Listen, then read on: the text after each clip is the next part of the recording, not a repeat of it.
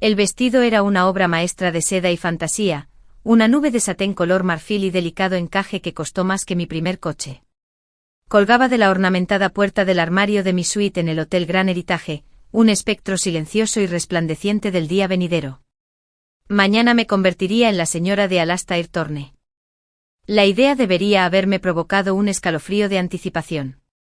En cambio, se asentó en mi estómago como un peso de plomo, frío e inamovible. Recorrí con la mirada el intrincado bordado de cuentas del corpiño. Mi reflejo en el espejo de cuerpo entero era una pálida imitación de una novia radiante. Mi cabello castaño estaba recogido en un moño despeinado, y mi rostro, libre de la magia del maquillador que traería el día siguiente, parecía cansado. La esmeralda en mi mano izquierda, una enorme piedra de corte cuadrado que Alastair me había regalado de rodillas en medio de un restaurante con estrella Michelin, se sentía pesada y extraña. «Es perfecta, Eva», dijo una voz suave desde la puerta. Me giré y vi a mi hermana menor, Lily, apoyada en el marco. Ya llevaba su pijama de seda, con su cabello rubio cayendo en cascada sobre sus hombros. Donde yo era todo ángulos afilados y serena intensidad, Lily era suavidad y ligereza. Ella era el sol de mi luna y había pasado toda mi vida protegiendo esa luz. «Lo es, ¿verdad?», respondí con voz falto de convicción. Lily entró en la habitación con expresión preocupada. «Estás un poco acobardada». «Es normal, todo el mundo lo dice». «¿Es eso?», murmuré, más para mí que para ella. «Simplemente se siente». «Definitivo». «Eso es porque es una tontería». Me abrazó por detrás, apoyando la barbilla en mi hombro. Nuestros reflejos nos devolvieron la mirada. «Alastair te adora. Es exitoso, guapo y proviene de una de las familias más respetadas de la ciudad. Mamá y papá están encantados. Esto es todo por lo que has trabajado». Lo fue. Esa era la pregunta que me rondaba en las tranquilas horas de la noche. Mi trabajo. Esta había sido una actuación cuidadosamente seleccionada desde el día en que conocí a Alastair Thorne en una gala benéfica hace 2 años. Mis padres, de clase media alta pero con una ambición feroz, lo consideraban el premio máximo. Y yo, la hija obediente, había visto un camino hacia la estabilidad, hacia una vida libre de preocupaciones económicas que los enorgulleciera. Me había adaptado a su mundo. Las galas, las juntas de beneficencia, las cenas tediosas con los socios de su padre. Había dejado a un lado mis sueños de convertirme en fotógrafa documental, de viajar a rincones remotos del mundo, y me decía a mí misma que esta seguridad, esta vida dorada, era mejor. «Te adora», insistió Lily, percibiendo mi vacilación. «¿Recuerdas cuando trajo a ese chef de París para tu cumpleaños? ¿O cuando mandó rediseñar el jardín de la finca Tonkrest, solo porque mencionaste que te encantaban las peonías?» Lo recordé. El cariño de Alastair siempre fue un gesto grandioso y público. Nunca fueron los momentos tranquilos e íntimos que ansiaba en secreto. Era una actuación, y yo era su protagonista. «Lo sé», dije, forzando una sonrisa. «Solo estoy cansada. Nervios preboda». «No te preocupes por mí». Me observó el rostro un momento con sus ojos azules tan claros y confiados. «Oye, pero si necesitas hablar, aquí estoy». «Siempre». Después de irse, prometiendo verme por la mañana para peinarme y maquillarme, el silencio en la suite se sentía opresivo. El peso del anillo de esmeraldas me distraía.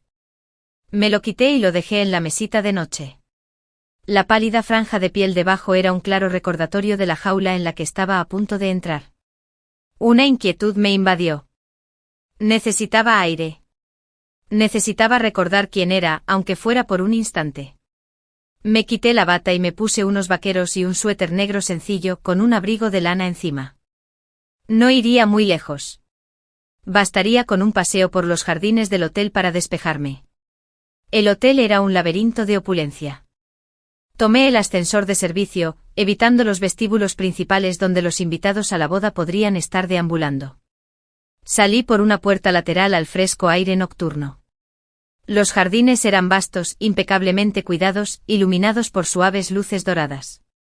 Caminé sin rumbo con las manos metidas en los bolsillos del abrigo. El silencio apaciguó mis nervios destrozados. Fue entonces cuando los oí. Voces bajas y tensas, provenientes del cenador aislado, envuelto en glicinas.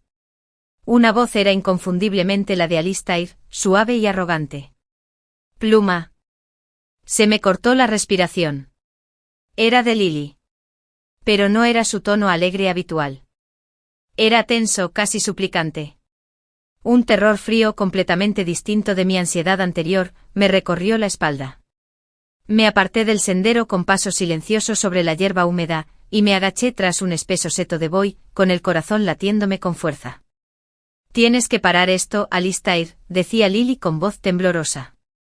Ha ido demasiado lejos. No seas dramática, Lily, respondió Alistair con tono despectivo. Es solo un poco de diversión. Ella no tiene por qué saberlo. Es mi hermana. Y te casas con ella mañana.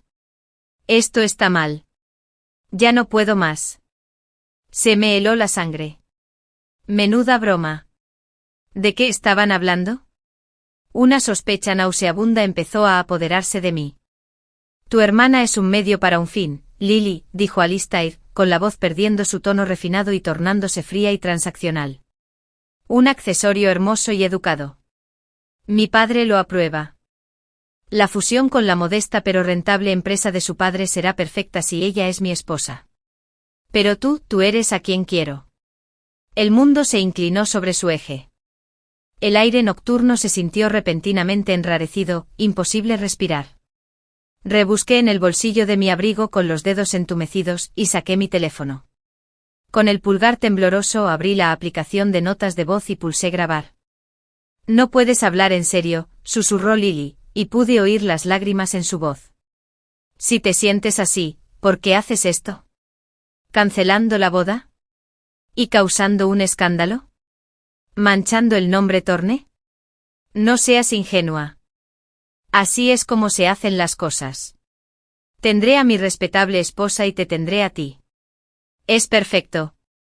No es perfecto, es monstruoso. No seré tu secreto sucio, Alistair. Le dije a Eva que creía que estaba cometiendo un error, pero nunca. Nunca imaginé que fuera por eso. Es demasiado ambiciosa, a su manera discreta.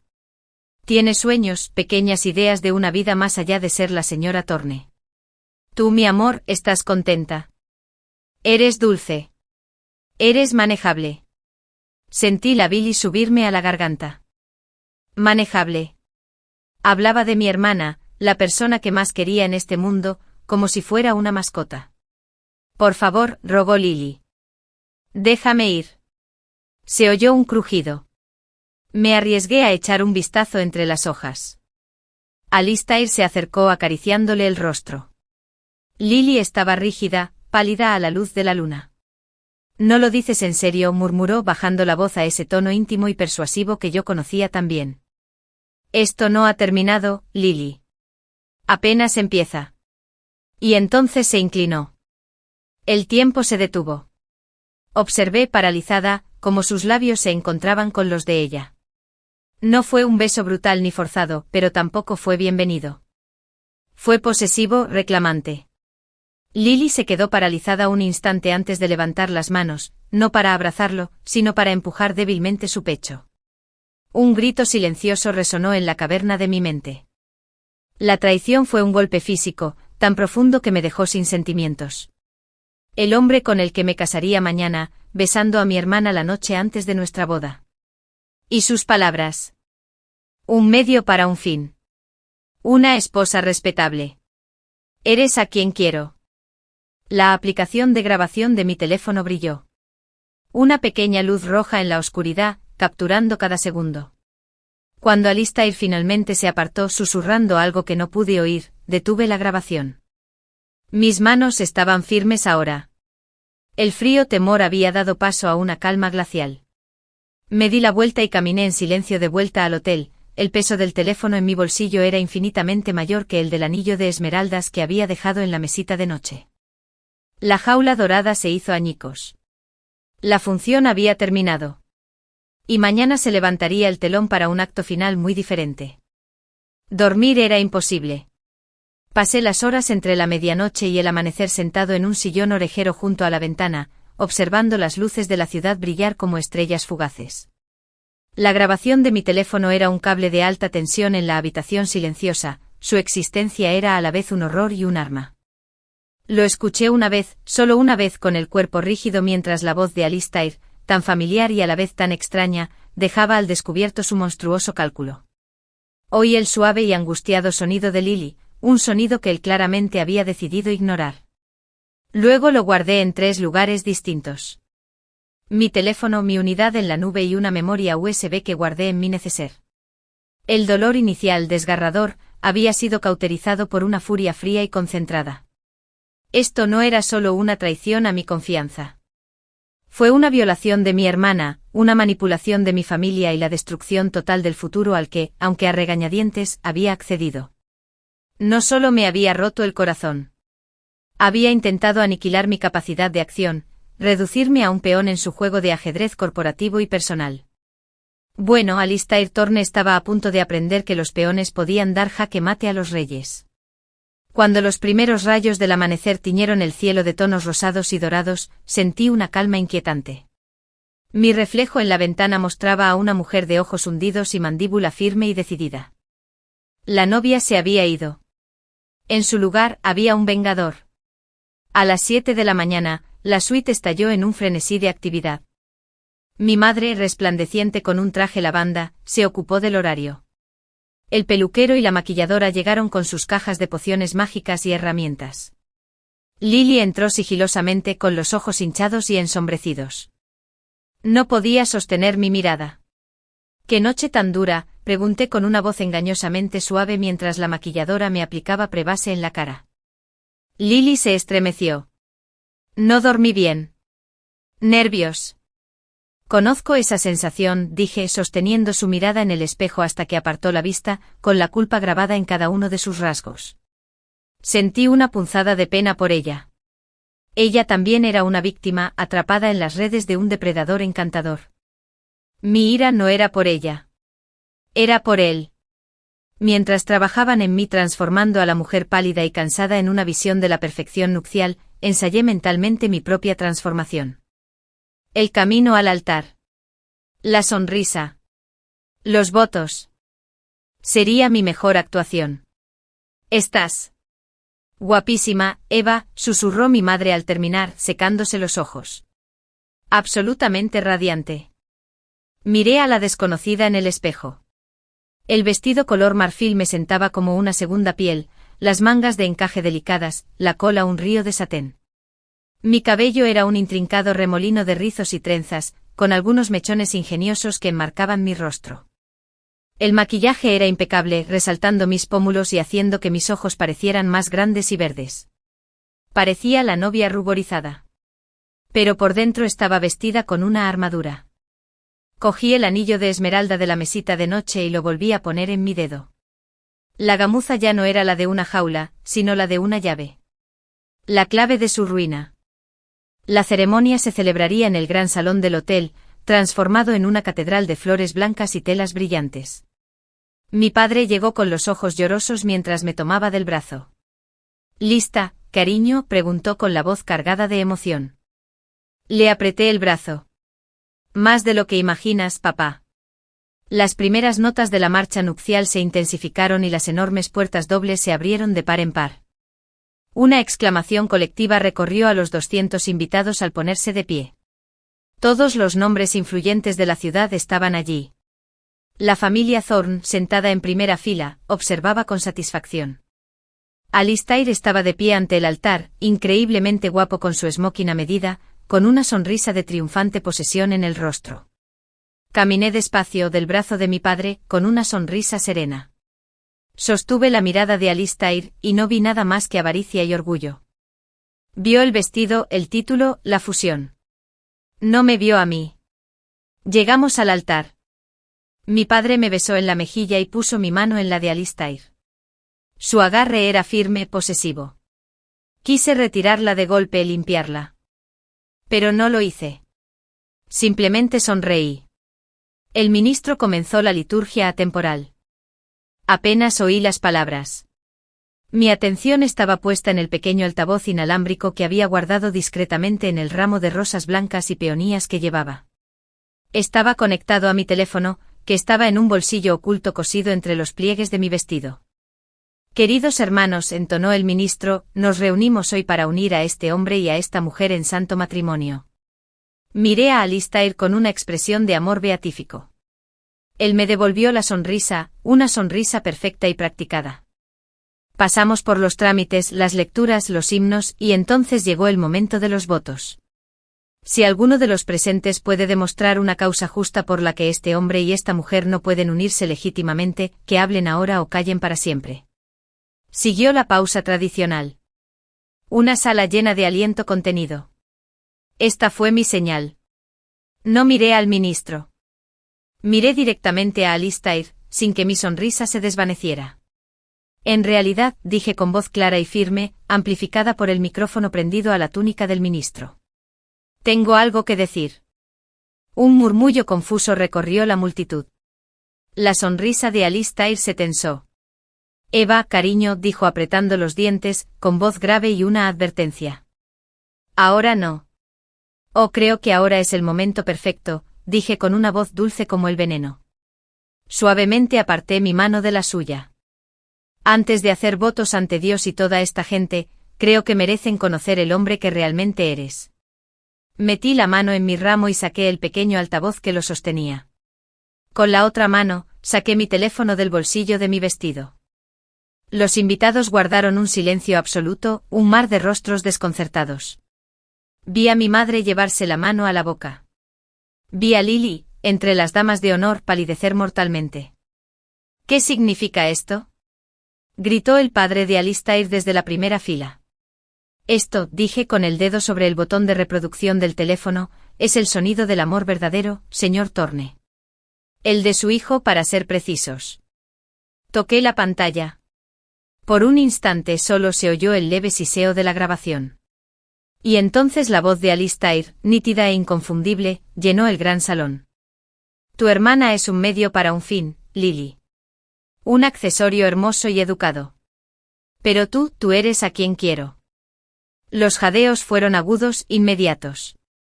El rostro de Alistair palideció. Me miró fijamente con los ojos abiertos, con una mezcla de horror y rabia. No puedes decir eso en serio. Si lo piensas así, ¿por qué lo haces? ¿Cancelando la boda?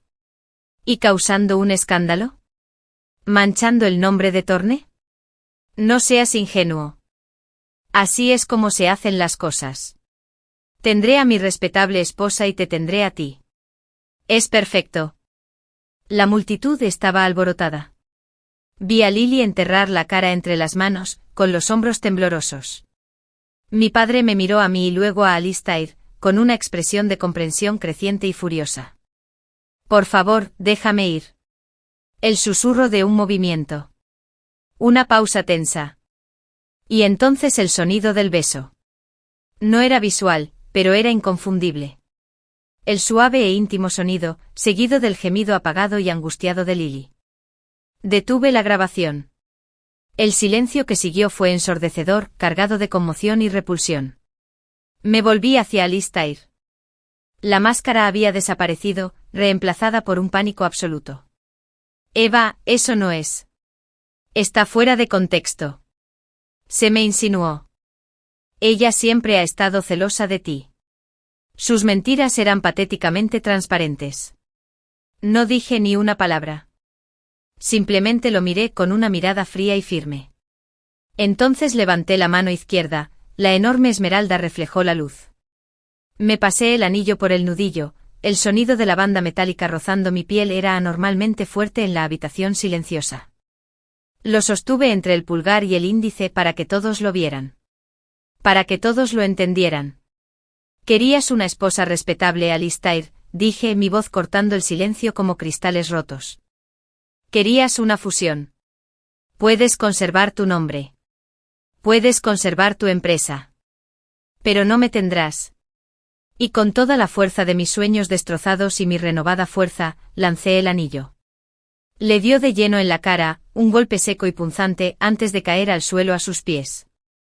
El salón de baile se sumió en el caos. Las cámaras destellaban. Los invitados gritaban y señalaban. La familia Thorne era un cuadro de furia y humillación. No esperé su respuesta. No miré atrás a mi familia. Recogí el pesado satén de mi falda, giré sobre mis talones y regresé al altar por el que acababa de desfilar como novia. Atravesé el silencio atónito y la creciente cacofonía, con la cabeza bien alta, como una serpiente con vestido de novia, dejando atrás a mi novio arruinado y mi antigua vida. El camino desde el salón de baile hasta la suite del hotel me hizo sentir como si hubiera entrado en otra dimensión. Los opulentos pasillos, antaño símbolo de la vida a la que me adentraba, eran ahora solo una salida. Sonidos caóticos, gritos, llantos, el zumbido frenético de los teléfonos, resonaban a mis espaldas, pero en mis inmediaciones reinaba un silencio surrealista y opresivo. El personal del hotel, al enterarse claramente del escándalo, apartó la mirada al pasar, como un fantasma vestido de satén blanco. No corrí. Caminé a paso pausado y firme, mientras mi cola de novia susurraba contra el suelo de mármol. La adrenalina que había impulsado mi ejecución pública comenzaba a disminuir, dejando tras de sí una extraña calma vacía. No había lugar para la histeria. Todavía no. El plan estaba solo a medio completar. De vuelta en la suite, escenario de mi anterior transformación, el silencio era absoluto. Las bolsas de ropa vacías, las horquillas desperdigadas, la copa de champán medio vacía que me había regalado mi madre. Todo parecía un recuerdo de una vida pasada. Cerré la puerta con llave tras de mí. Mi primer acto fue destrozar el vestido de novia. No fue un acto de rabia, sino de necesidad. No podía salir de allí con este disfraz. Luché con los innumerables botoncitos de la espalda, con los dedos torpes, hasta que finalmente me lo saqué por la cabeza. El delicado encaje se desgarró en el hombro con un desgarrón satisfactorio.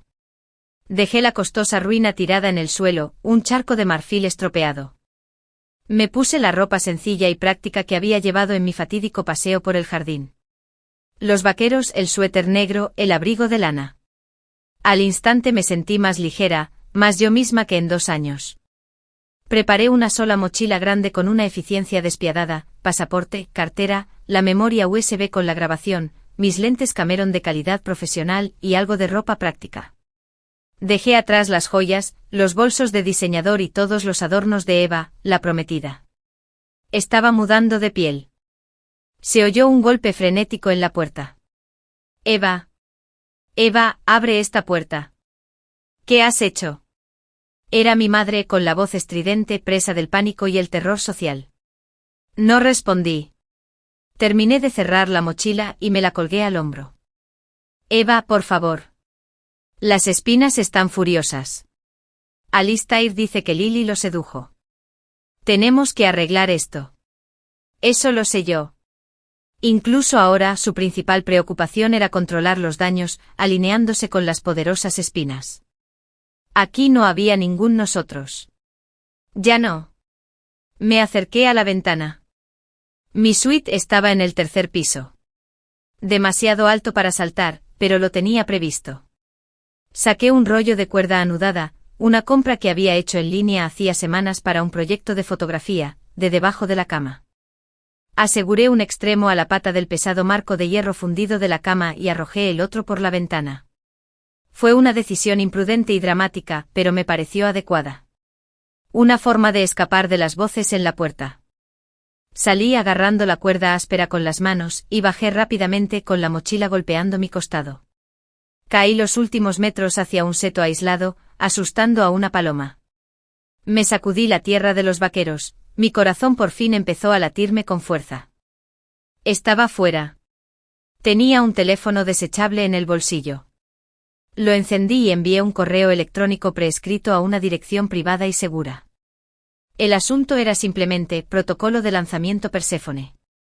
Era un nombre melodramático que le había dado a mi plan de contingencia, un plan que había elaborado en secreto durante las noches más solitarias de mi compromiso.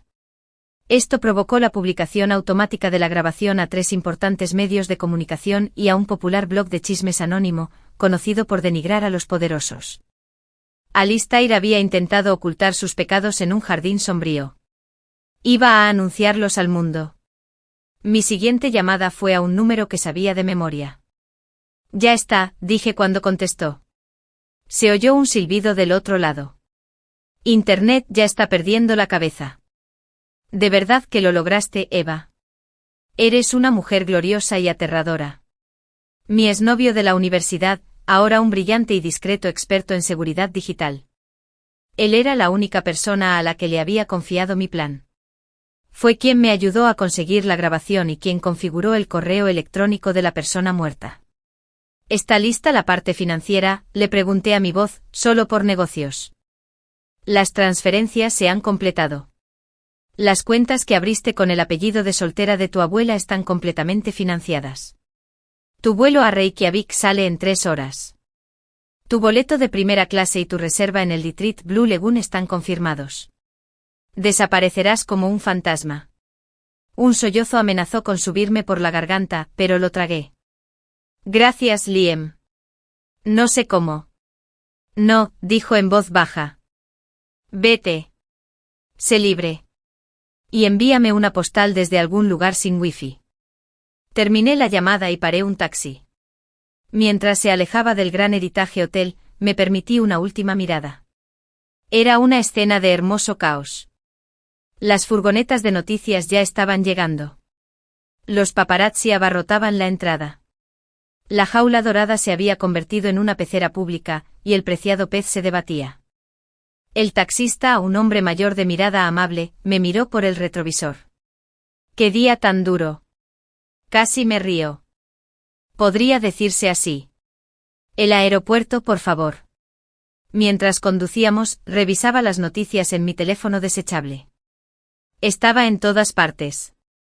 El escándalo de la boda de los herederos de Thorne. La impactante traición del novio grabada. La hermana de la novia, implicada en un drama nupcial. La grabación fue la estrella. Los presentadores de noticias reprodujeron fragmentos, con sus voces cargadas de conmoción artificial. Las redes sociales se convirtieron en un hervidero de memes y condenas. El hashtag beso de la perdición era tendencia. Alistair Thorne, el chico de oro, estaba siendo destrozado públicamente. Su reputación, su posesión más preciada, estaba hecha trizas. No sentí ningún triunfo. Solo un profundo cansancio que me calaba los huesos. Lo había amado a mi manera. Había construido un futuro a su alrededor. Destruirlo había sido como destruir una parte de mí misma. En el aeropuerto me moví entre la multitud como un autómata. Facturé, pasé el control de seguridad y encontré mi puerta de embarque. Compré un café solo grande y lo tomé mirando por las enormes ventanas los aviones que despegaban, transportando gente a nuevas vidas. Justo cuando estaba a punto de embarcar, mi teléfono personal, que había mantenido apagado, vibró con fuerza en mi mochila. Dudé un momento y luego lo encendí. Fue un torrente de notificaciones, cientos de llamadas perdidas, mensajes de texto y mensajes de voz. Los ignoré a todos y abrí una alerta de noticias. Un nuevo titular me dejó sin aliento. Las acciones de Thorne Corporation se desploman en medio del escándalo. La junta directiva convoca una reunión de emergencia. El desastre había comenzado. Ya no era solo personal. Era financiero. La fusión por la que mi padre había trabajado tanto se estaba desmoronando sin duda. El imperio Thorne, construido sobre una fachada de respetabilidad de la vieja guardia, estaba mostrando grietas. Había lanzado una piedra y todo el edificio temblaba. Por un instante un miedo agudo y culpable rompió mi calma. Las consecuencias serían inmensas. Mi familia quedaría avergonzada, el negocio de mi padre podría verse perjudicado. Lily sería crucificada ante la opinión pública. Pero entonces recordé la voz de Alistair. Un medio para un fin. Manejable. Nos veía a todos como peones. Se creía intocable. Volví a apagar el teléfono, esta vez para siempre. Me compraría uno nuevo en Islandia. Me puse de pie y me uní a la fila para abordar el avión. Al acomodarme en el amplio asiento de cuero de primera clase, finalmente empecé a comprender la realidad de lo que había hecho. Estaba solo. No tenía ningún plan más allá de los próximos días. Había quemado mi vida entera. El avión rodó y luego aceleró, la fuerza me empujó hacia atrás contra mi asiento. Miré por la ventana mientras la ciudad donde nací y crecí, la ciudad de las galas, las expectativas y las espinas, se encogía bajo mis pies, convirtiéndose en un mero patrón de luces. Me había desvanecido. La venganza estaba en marcha. Y al despegar las ruedas del asfalto, una sensación frágil y desconocida empezó a agitarse en el vacío donde había estado mi ira. No era felicidad. Ni siquiera alivio. Era la aterradora y emocionante sensación de libertad absoluta. Islandia era un paisaje nacido de fuego y hielo, una antítesis austera y hermosa del mundo dorado que había dejado atrás. El aire en la laguna azul del Retiro era nítido y limpio, con aroma a azufre y salmuera del Atlántico. Floté en las aguas geotermales de un azul lechoso, mientras el vapor se elevaba a mi alrededor como un velo. Y por primera vez en días, respiré de verdad. El silencio no era opresivo allí. Fue un bálsamo curativo. No había miradas indiscretas ni juicios susurrados. Solo el vasto cielo alienígena y los escarpados campos de lava negra. Durante una semana no hice nada. Dormí 12 horas seguidas. Comí comida sencilla y nutritiva. Caminé por senderos cubiertos de musgo con la cámara colgada del cuello. Estaba en un estado de suspensión emocional, permitiendo que las ondas expansivas de mis acciones se extendieran a un mundo del que ya no formaba parte. Pero el mundo, en la forma de Liam, tenía una forma de conectarse. Apareció un mensaje seguro en la nueva tableta cifrada que compré en Reykjavik. «Estás viva». Sonreí por primera vez en lo que parecían años. Apenas. Y descongelándose. Bien. Pensé que querrías una actualización. Las consecuencias son bíblicas. Procedió a pintar una imagen de la ruina que yo había provocado. Las acciones de Thorn Corporation habían caído un 40%. La junta directiva había obligado a Alistair a dimitir de su puesto ejecutivo. Los principales inversores se estaban retirando. La fusión con la empresa de mi padre estaba oficialmente cancelada. Mi padre, según las fuentes de Liam, estaba furioso pero también, en secreto, aliviado de librarse de las condiciones abusivas de los Thorn. Era un hombre orgulloso y la humillación pública le dolió, pero su negocio sobreviviría. Las consecuencias sociales fueron peores. Los Thorns eran parias. Los estaban eliminando de las juntas directivas de organizaciones benéficas. Sin invitación a los eventos más exclusivos de la temporada, Alistair se había convertido en el hazmerreír. Un personaje fijo en el infierno de la prensa sensacionalista. La grabación fue su Macarena. Un referente cultural de Schadenfreude que lo acompañaría el resto de su vida. Y Lily. Me dolió mucho Lily. Había dado una sola entrevista, llena de lágrimas, en la que declaró que había sido manipulada y que estaba completamente devastada por la desaparición de su hermana. La opinión pública estaba dividida respecto a ella. Algunos vieron a una víctima, otros a una participante voluntaria. Se había retirado por completo de la vista pública. Y tú, Liam, le enviaste un mensaje. Eres la vengadora de la novia fugitiva. Eres una heroína popular para algunos, una loca para otros. La prensa está desesperada por encontrarte. Que miren, escribí con firmeza. No lo harán. ¿Qué sigue, Eva? No puedes flotar en aguas termales para siempre. Tenía razón. El entumecimiento se desvanecía, y en su lugar había un enorme y resonante interrogante. ¿Qué era yo sin Alistair? ¿Sin el título de señora Thorne? ¿Quién era Eva, despojada de todas las expectativas?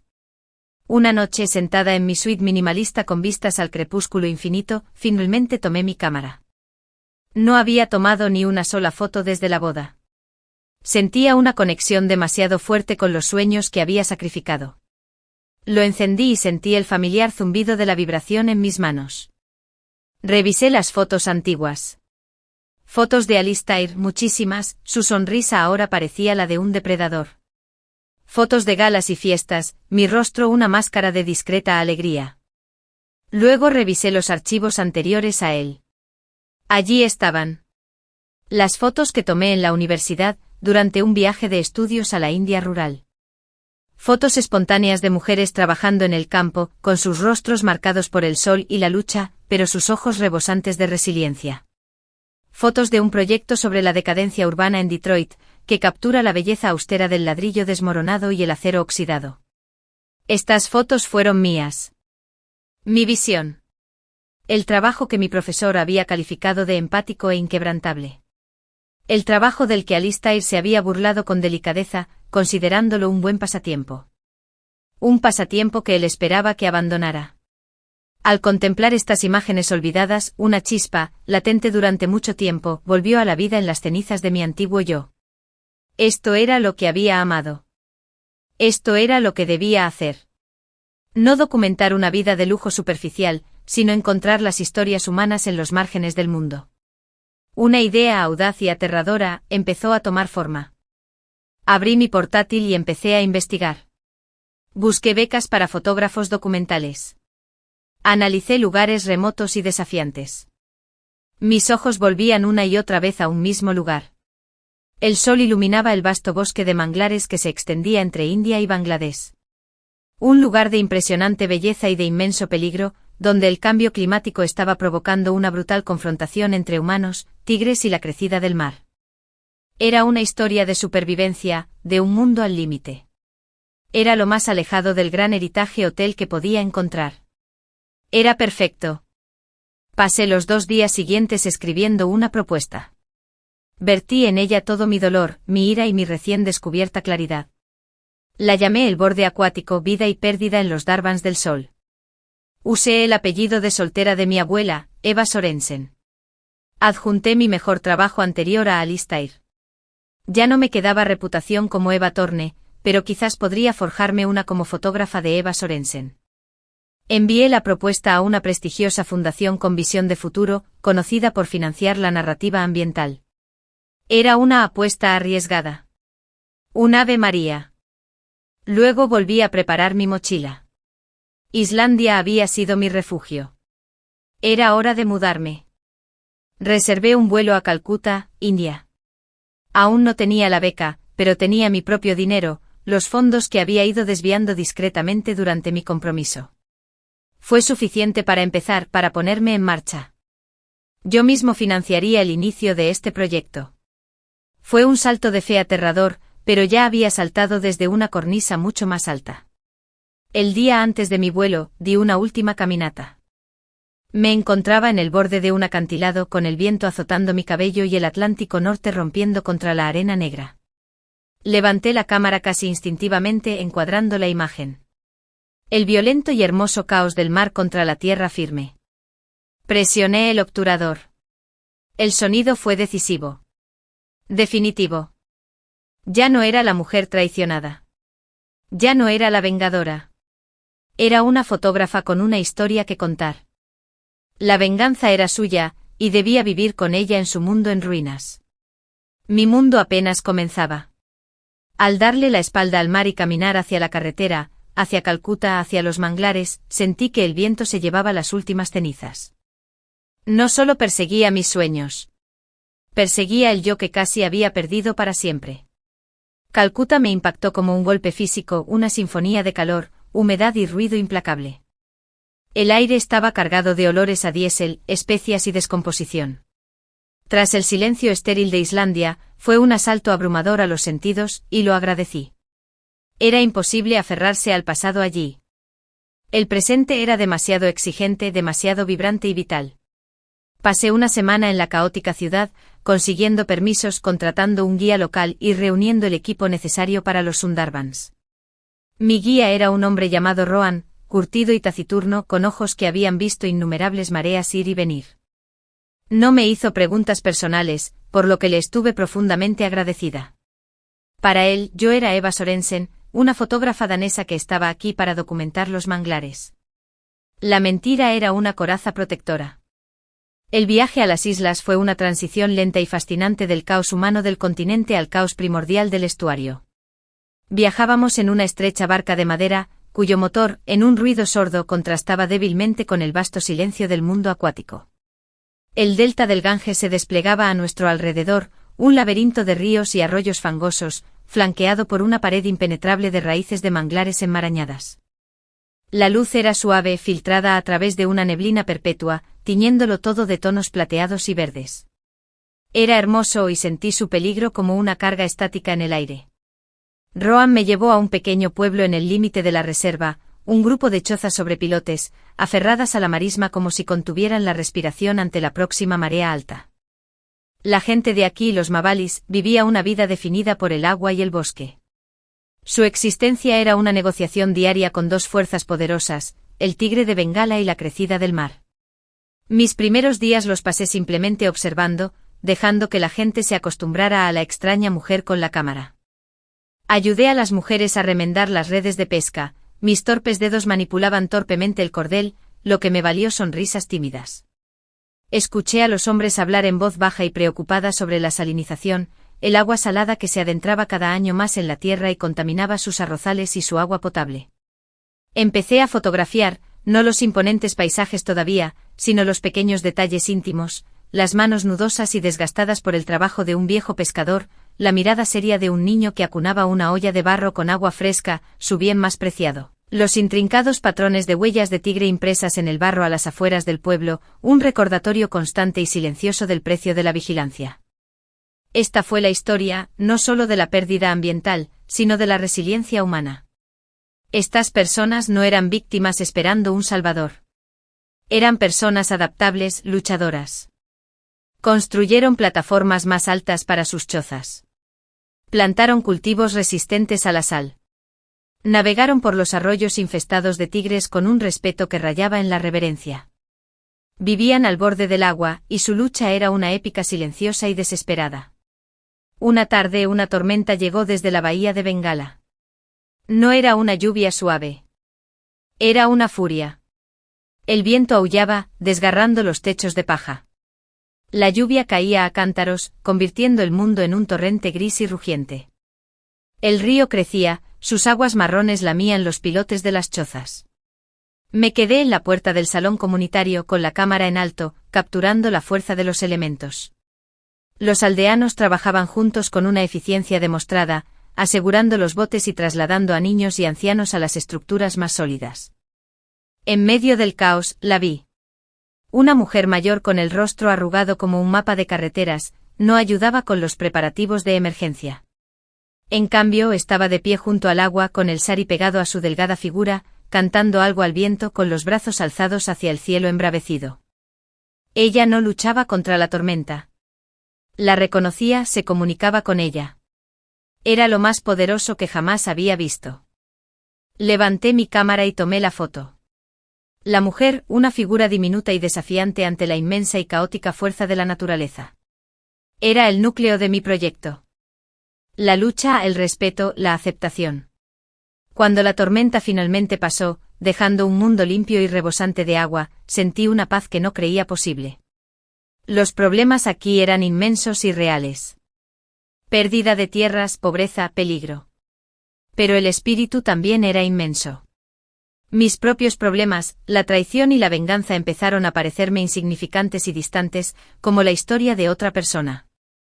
Esa noche, sentado junto a una lámpara de queroseno, revisé mi correo electrónico cifrado en mi tableta. Había un mensaje. De la fundación.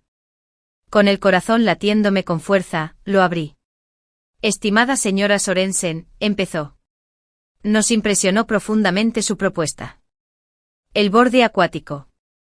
Sus muestras visuales demuestran una capacidad excepcional para capturar el espíritu humano en vastas narrativas ambientales. Nos complace informarle que su proyecto ha sido seleccionado para una subvención completa. Dejé de leer. Las palabras se desdibujaron. Un sollozo mitad risa, mitad llanto escapó de mis labios. Apreté la tableta contra mi pecho con lágrimas corriendo por mi rostro, mezclándose con el aire húmedo. No era solo el dinero. Era la validación. Eva Sorensen, la fotógrafa, existió. Tenía valor. Su visión tenía significado. Rohan me miró desde donde limpiaba su pipa, con expresión indescifrable. «¿Buenas noticias?», preguntó en su inglés mal hablado. Lo miré a la cabaña sencilla y robusta, al cielo estrellado a través de la puerta abierta. El fantasma del anillo de esmeralda parecía a 1.000.000 de kilómetros de distancia. Lo mejor, susurré con la voz cargada de emoción. Ya no huía. Había llegado. En medio de este mundo hermoso, fluvial y lleno de dificultades, había encontrado no solo una historia, sino un propósito. Y por primera vez desde que caminé hacia el altar, el futuro no se sentía como un espacio vacío. Parecía una fotografía esperando a ser tomada. Los meses se sucedían, marcados no por fechas en un calendario, sino por el cambio de rumbo y el ritmo de vida en los Sundarbans. La beca me permitió trabajar sin la angustia de que se me acabaran los fondos. Me sumergí por completo, y mi alias danés se consolidó como una realidad que vivía y respiraba. Mi trabajo se estaba ganando una reputación discreta. Bajo el nombre de Eva Sorensen, había creado un blog donde subía mis fotos y ensayos cada vez que hacía el arduo viaje de regreso a Calcuta para comprar provisiones. Una revista ambiental publicó uno de mis artículos. Luego una publicación internacional más importante me contactó, interesada en un reportaje. La vengadora de la novia fugitiva era un recuerdo sensacionalista que se desvanecía, reemplazado por la respetada voz emergente de la documentalista Eva Sorensen. Fue durante uno de esos viajes de suministros en un cibercafé ruidoso con olor a café fuerte y sudor, que el fantasma de mi vida pasada me contactó. Estaba revisando el correo electrónico seguro que usaba, solo para Liam cuando lo vi. Un mensaje reenviado por él desde una dirección que no reconocí. El asunto decía, sé que eres tú. Se me heló la sangre. Casi lo borré con el dedo sobre el botón. Pero la curiosidad, esa vieja y peligrosa bestia, triunfó. Eva, no sé si alguna vez leerás esto. Las defensas de Liam son impresionantes, pero el dinero y la desesperación son motivadores poderosos. Le pagué una fortuna a un hombre para que encontrara una grieta. Espero que valiera la pena. Vi tus fotos, la de la anciana en la tormenta. Está por todas partes en las páginas de fotografía. Lo llaman desafiante. Supe que eras tú en cuanto lo vi. Nadie más ve el mundo como tú. Siempre tuviste ese don, incluso cuando intentabas ocultarlo. Estoy arruinado. Lo lograste mucho más allá de tus sueños más locos. Mi padre no me ha hablado en 6 meses. La empresa que fundó mi abuelo es una sombra de sí misma. Vivo en un piso alquilado, un hazme reír, como bien lo expresó el periódico. Cada día es un castigo. ¿Querías venganza? La tienes. Es total. No escribo para pedir perdón. No lo merezco. Lo que les hice a ti y a Lily fue imperdonable. Fui arrogante y ciego. Veía a las personas como activos y pasivos. Eras mi mayor tesoro y fui demasiado tonta para ver que eras la única que importaba. Solo necesitaba que supieras que te veo ahora. Veo a Eva Sorensen y es magnífica. Ulster. Me recosté en la silla destartalada. El ruido del cibercafé se desvaneció en un rugido sordo. Me temblaban las manos. Leí el correo una y otra vez, analizando cada palabra en busca de manipulación para su antiguo encantor refinado. Pero no estaba allí. El tono era crudo, descarnado. Era la voz de un hombre que lo había perdido todo y no tenía nada que perder diciendo la verdad. Estaba arruinado. Lo había admitido. Las palabras lo tienes todo. Es total, deberían haberme dado una oleada de triunfo. En cambio, me dejaron con una sensación de vacío. La ira ardiente que me había sostenido había desaparecido hacía tiempo, y en su lugar había una silenciosa lástima. Él era un fantasma, igual que yo había estado rondando las ruinas de una vida que él había destruido con su propia arrogancia. Y él había visto mi fotografía. Me había reconocido en ella. No a la novia de la alta sociedad, ni a la vengadora, sino a la artista. Eso, más que nada, fue lo que me deshizo. No respondí. Cerré el correo y apagué la computadora. Salí a la caótica calle de Calcuta.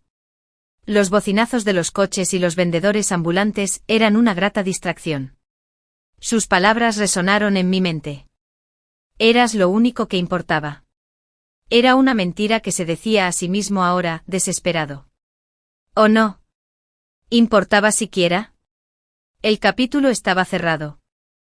La venganza fue completa. Cualquier hilo de conexión persistente y venenoso se cortó con esa única y cruda comunicación.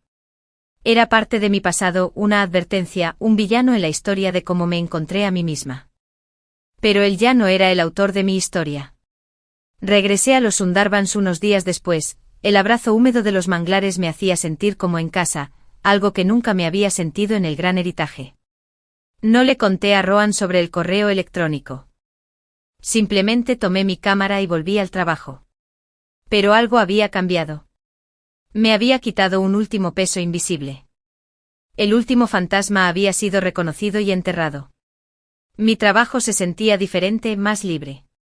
Ya no documentaba este mundo como una vía de escape del mío. Lo documentaba porque formaba parte de ello, por pequeño y temporal que fuera.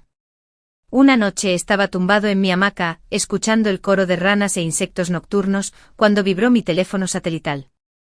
Era Liam. Acabo de recibir una alerta muy interesante, dijo con la voz entrecortada por la distancia. Se acaba de hacer una donación masiva y anónima al proyecto de preservación de Sundarbans del Fondo Mundial para la Naturaleza. 6 cifras. Irrastreable. ¿Te suena? Me quedé en silencio un momento, observando una luciérnaga parpadear su mensaje codificado en la oscuridad. ¿Un gesto de penitencia? ¿Un intento desesperado por comprar un atisbo de redención? ¿O simplemente la acción de un hombre que finalmente había aprendido a ver el valor en algo más allá de su propio ego? No tengo ni idea de qué hablas, Liam, dije en voz baja. Se rió entre dientes. Sí, no lo creía. En fin. La nueva tanda de fotos es impresionante. Los editores de National Geographic están fascinados. Eva Sorensen está a punto de convertirse en una figura muy importante. Bien, dije, y lo decía en serio. Terminé la llamada y miré el río Starlet. Alistair Thorne era un fantasma en la máquina de mi pasado, y allí permanecería. Mi futuro estaba aquí, en el enredado, hermoso y acuático mundo real, a través del lente de mi cámara. La venganza había terminado. La desaparición fue completa. Ahora solo quedaba el sueño, y era más vívido y real que cualquier otra cosa anterior. El artículo de National Geographic se publicó bajo el título La costa desafiante, vida en la orilla acuática de Sundarbans, y llevaba mi nombre, Eva Sorensen, en una fuente elegante y audaz. La pieza central era la fotografía de la anciana, Malati, de pie frente a la tormenta. La revista la había ampliado a 2 páginas y el efecto era impresionante. Se podía sentir el viento, la lluvia, la feroz rebeldía espiritual en sus ojos. La respuesta fue inmediata y contundente. Mi bandeja de entrada segura se llenó de solicitudes de entrevistas, charlas y contratos para libros. Organizaciones ambientales se pusieron en contacto conmigo, queriendo usar mi trabajo para sus campañas. La subvención era ahora una simple nota al pie. Eva Sorensen era un nombre reconocido. Acepté algunas entrevistas selectas, siempre realizadas mediante videollamada encriptada desde Calcuta. Mi rostro pixelado, mi voz ligeramente alterada.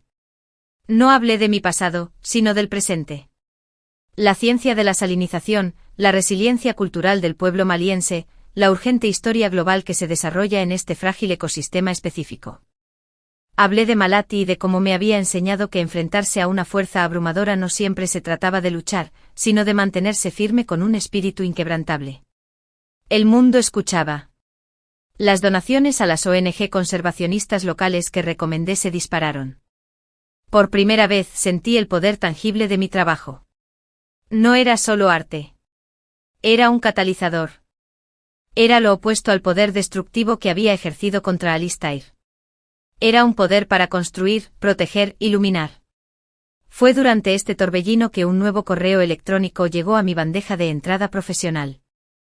El remitente era el Dr. Aris Thorne. Me quedé sin aliento. Aris era el hermano menor de Alistair, la oveja negra de la familia. Mientras Alistair se preparaba para el trono corporativo, Aris se había refugiado en el mundo académico, convirtiéndose en un reconocido biólogo marino. Siempre me había caído bien. Era tranquilo, reflexivo y tenía una mirada que te veía de verdad. Estimada señora Sorensen, el correo electrónico comenzó formalmente. Espero que se encuentre bien. He seguido su trabajo en los Sundarbans con inmensa admiración. Su combinación de talento artístico y empatía científica es excepcional y se necesita con urgencia. Le escribo desde un barco de investigación en el Pacífico Sur, donde dirijo un estudio sobre el blanqueamiento de los arrecifes de coral. Documentamos la historia, pero no logramos comunicarla de una manera que impulse a la gente a actuar. Tu pieza Defiance Shore es una obra maestra de esa comunicación. Estoy solicitando una importante subvención a largo plazo para ampliar nuestro trabajo hacia la conservación comunitaria y la narración de historias. Sería un honor para mí que consideraras formar parte del proyecto como documentalista visual. Sería un compromiso de 2 años, recorriendo algunas de las islas más remotas y hermosas de la Tierra. Entiendo que es una petición importante. Las condiciones serían difíciles, pero creo que juntos podríamos crear algo verdaderamente importante. Atentamente, Eris Thorne. Leí el correo 3 veces. Una oferta de trabajo. De una espina. La ironía era tan densa que casi daba risa. Pero no provenía de esa espina. Era Eris. Esto era real. Y aterrador. Significaba salir de la relativa seguridad de mi trabajo en solitario y adentrarme en una colaboración. Significaba enfrentarme al fantasma del nombre Espina, aunque uno diferente. Significaba volver a confiar en alguien de ese mundo. No respondí de inmediato. Pasé una semana en el pueblo, reflexionando. Les enseñé a los niños la revista National Geographic. Melati, cuando le señalé su foto, simplemente asintió con una leve sonrisa de complicidad en los labios. Nunca me había preguntado por mi pasado, pero sentí que entendía los viajes y las cicatrices que dejan. Pensé en el correo de Alistair. Tú eras la única persona que siempre importó. Era un sentimiento nacido de la pérdida. La oferta de Eris nació del respeto profesional. Eran mundos distintos. Finalmente llamé por vídeo a Liam. Eris Thorne, dije sin preámbulos. Él silbó. El bueno. Inteligente. Serio. Y según mis fuentes, completamente distanciado de la familia desde tu dramática salida. Condenó públicamente el comportamiento de Alistair. Eso pensé, dije sintiendo que se me aflojaba el nudo del estómago. Entonces, ¿qué vas a hacer? Voy a decir que sí. Me oí decir la decisión con la sensación de que era lo correcto al pronunciar las palabras. Pero con una condición. Nos vemos primero. Punto muerto. Necesito mirarlo a los ojos.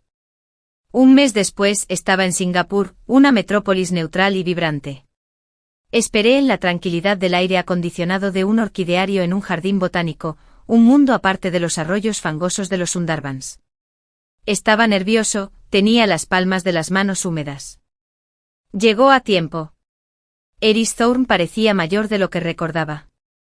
Tenía el rostro bronceado y surcado por los años en el mar. Tenía los mismos rasgos marcados y espinosos que su hermano.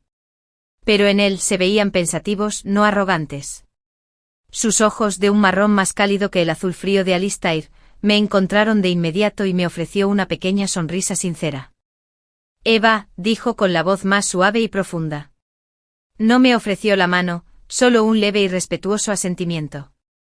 ¿O prefieres a Sorensen ahora? Eva está bien, dije con voz firme. Gracias por venir. Caminamos entre las orquídeas, sus extrañas y hermosas formas eran un público silencioso. No hablamos del pasado. Hablamos del futuro, de los pólipos de coral y la acidificación de los océanos, de la importancia de combinar datos con narrativa, de las comunidades específicas de Micronesia con las que esperaba trabajar. Su pasión era contagiosa, su inteligencia innegable. Veía el mundo no como un sistema que dominar, sino como una red que comprender y proteger. Nunca mencionó a Alistair. Nunca mostró compasión ni se disculpó incómodamente por su familia. Me trató como a un igual. Después de 1 hora, nos detuvimos ante una impresionante orquídea rojo sangre. El proyecto, dijo finalmente volviendo a él. Es un gran compromiso. Necesito saber que están todos dentro. Sin fantasmas. Lo miré a este buen hombre de una mala familia que había elegido un camino diferente. No vi engaño en sus ojos, solo una luz clara y concentrada. La misma luz que vi en los ojos de la gente de los Sundarbans. La luz del propósito. Mis fantasmas están donde deben estar, dije mirándolo fijamente. En el pasado. Me sostuvo la mirada un buen rato, luego asintió con una sonrisa lenta y segura extendiéndose por su rostro. Bien. Bienvenida a bordo, Eva. Al salir del orquideario a la húmeda tarde de Singapur, sentí una extraña sensación de plenitud. El círculo no se cerraba. Se expandía. Había dejado a un hombre que veía el mundo como una transacción. Ahora me unía a un hombre que lo veía como una colaboración. La venganza había sido mi final. Esto con Eris bajo el sol brillante e imparcial, se sentía como un comienzo. Una segunda oportunidad no de amor, sino de propósito con una pareja que valoraba precisamente aquello que mi primer prometido había intentado extinguir. La luz de mi propia visión. El buque de investigación, el ADC, era un mundo de pintura blanca, generadores zumbantes y el constante y suave balanceo del mar. Era mi nuevo hogar. Durante las primeras semanas estuve desorientado, aprendiendo los ritmos de la vida a bordo, las personalidades de la tripulación internacional de científicos y marineros, y el complejo y meticuloso trabajo de la biología marina. Eris era una líder tranquila y capaz. En el laboratorio su concentración era total, sus manos se movían con precisión sobre muestras de agua y fragmentos de coral. En cubierta, observando cómo la puesta de sol teñía el cielo de intensos tonos naranja y morado, permanecía tranquilo y contemplativo. Nuestra relación profesional era fluida, basada en un afán compartido y obsesivo por hacer bien el trabajo. Hablábamos el mismo idioma, el de la luz, la composición, los niveles de salinidad y la participación de las partes interesadas. Los fantasmas guardaban silencio. La tripulación conocía mi historia, pero nunca la reveló. Yo era Eva, la fotógrafa. Eris, la científica principal. Eso era todo lo que importaba aquí, en la inmensidad azul del Pacífico. Nuestra primera parada importante fue un pequeño atolón de baja altitud en los Estados Federados de Micronesia. La historia era un eco desgarrador de los Sundarbans, pero con una cara diferente. Allí la crecida del mar no solo salinizaba los campos, sino que también se tragaba las casas. Los cocoteros se erguían con las raíces en el agua salada, muriendo lenta y visiblemente. Los ancianos del pueblo nos mostraron los terrenos sagrados de sus antepasados, ahora inundados regularmente por las mareas altas. Lo documenté todo. La resignación cansada en los ojos del jefe mientras señalaba la línea de agua que subía lentamente hacia la casa de reuniones comunitaria. La alegría decidida de los niños, nadando en la laguna que era a la vez su patio de recreo y su inminente destino. Trabajé desde el amanecer hasta el anochecer, mi cámara como un puente entre su realidad y el mundo que necesitaba verla. Una noche Eris me encontró en la cubierta de popa, revisando las fotos del día en mi portátil.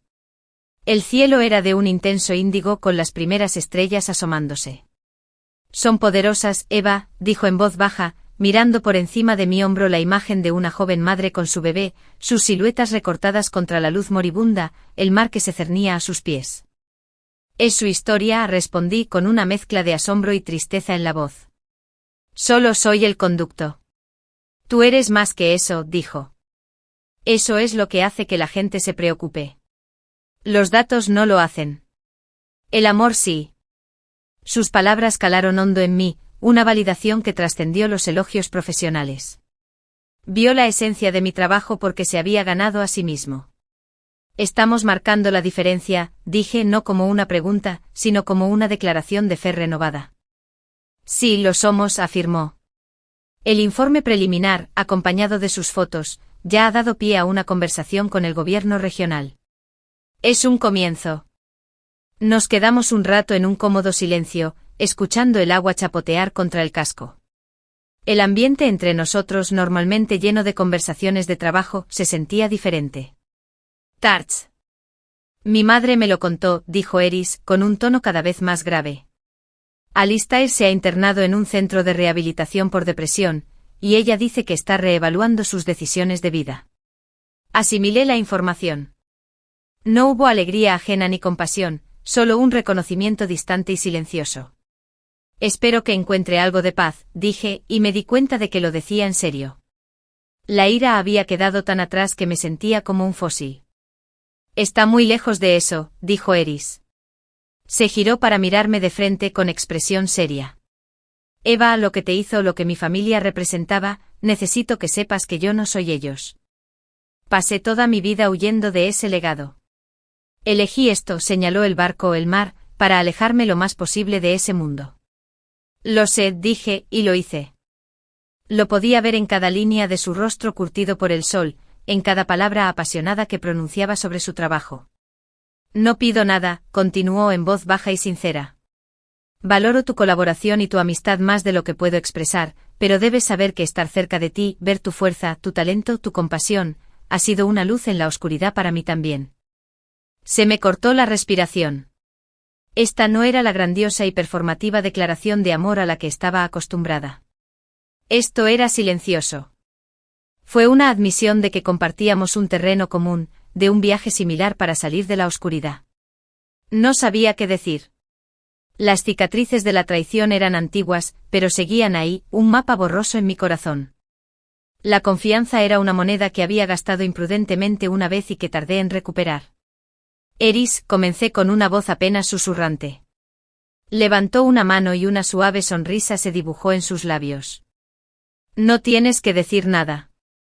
Solo quería que lo supieras. La luz está ahí. Ya lo veo. Basta por ahora. Se apartó de la barandilla y me dio un breve y cálido apretón en el hombro antes de regresar al laboratorio, dejándome sola con el vasto cielo estrellado y el rítmico aliento del océano. Miré el horizonte, una línea perfecta e ininterrumpida entre el mar y el cielo. Era un horizonte diferente al que había enfrentado en los Sundarbans y aún diferente de la jaula dorada de mi pasado. Estaba completamente abierto, lleno de misterio y promesa.